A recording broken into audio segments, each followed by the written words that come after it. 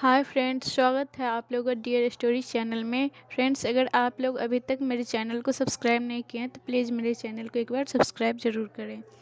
तो फ्रेंड्स, आज हम आप लोगों के लिए लेकर आए हैं कि शिव और पार्वती जी का प्रेम कहानी, प्रेम विवाह कैसे हुआ।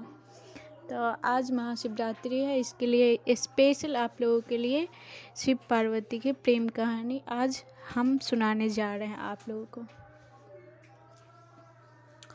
तो दोस्तों, प्रेम शब्द जो है ना वो अपूर्ण है, इसलिए हर किसी को यह पूर्ण रूप से नहीं मिलता।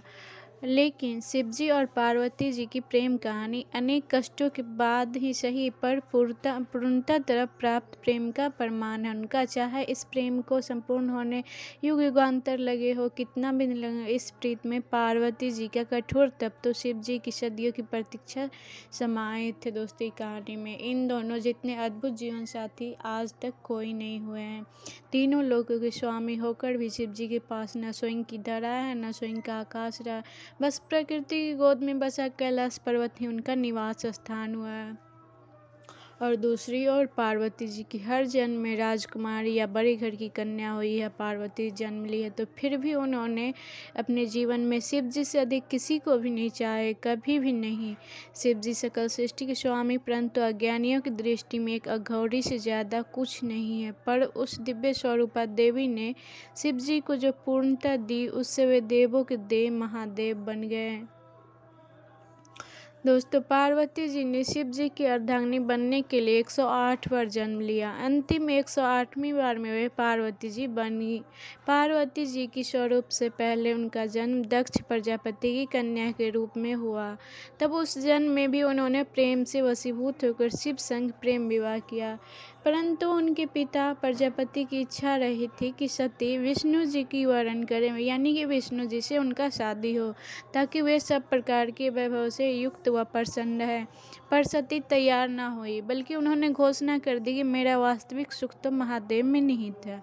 सती रूप में शिव जी की भक्ति की ओर दृढ़ता से उन्हें पति के रूप में पाया। इसी बात से पार्वती जी के पिताजी ने दक्ष ने प्रजापति शिव जी के विरोधी बन गए और अपना सबसे बड़ा शत्रु अपने ही दामाद जी को शिव जी को मान लिए। दक्ष शिव जी को तुच्छ दर्शाने के लिए दक्ष ने एक महायज्ञ आयोजन किया, जिसमें सभी देवी देवता, यक्ष, किन्नर, साधु, संत, ऋषि मुनियों को बुलाया गया।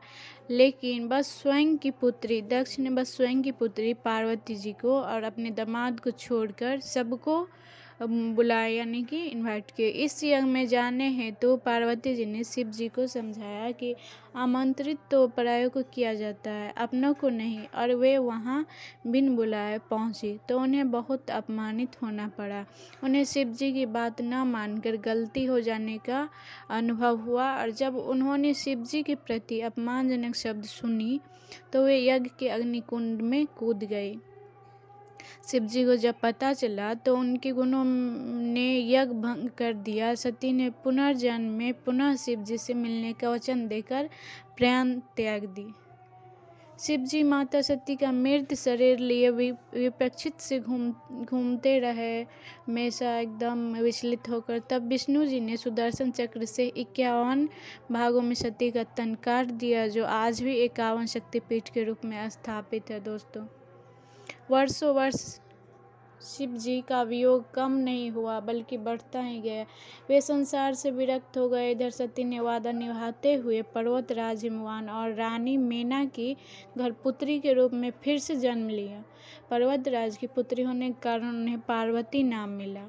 नारद जी ने किशोरी पार्वती जी की जीवन साथी के रूप में शिव जी को पाने के लिए तपस्या का मार्ग बता दिया।